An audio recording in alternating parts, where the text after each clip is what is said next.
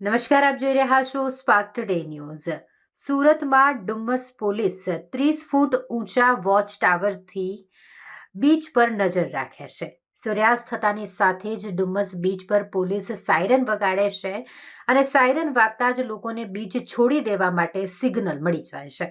ગુનાહિત પ્રવૃત્તિઓ અટકાવવા પોલીસની નવી પહેલ વિશે આપનું શું કહેવું છે? પોલીસ દ્વારા એક નવીન પહેલ સુરતના ડુમ્મસ ખાતે કરવામાં આવી છે, જે ડુમ્મસ બીચ પર પોલીસ સૂર્યાસ્ત થતાની સાથે જ લોકોને બીચ છોડી દેવા માટે એક સાયરન વગાડે છે.